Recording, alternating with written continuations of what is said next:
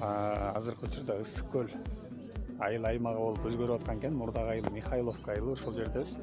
Могу маданият үйүнүн бир бөлмөсүнөн атайын айымдар үчүн фитнес салону ачылган экен.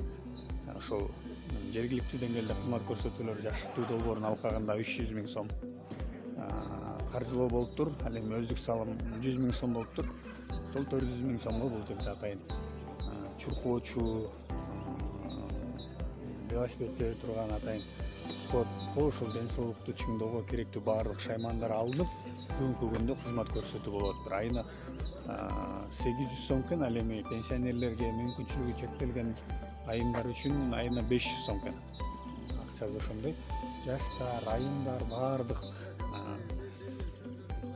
курактагы адамдар келип машыгышат экен. Атайын бул жерде машыктыра турган эжекеси да бар экен. Ошол жумуш менен калыс болгон экен. Андан тышкары техничка бар деди. Ошо айыл өкмөт башчысы сонун презентация жасап берди. Азыр ошол жерден чыктык жаңы эле. Ошол достор, биздин Бакыян айылында дагы айымдардын ден соолугун чыңдоо борбору деп ачылган өткөн жылы. Анан ал жерде албетте жетишсиз караганда атайын спорт менен машыга турган техникалар буйруза балким да жергиликтүү бюджеттен же болбосо атайын долбоор даярдалып бизге дагы ушундай нерселерди алса болчу экен. Ошол баарыбызга кутман кеч.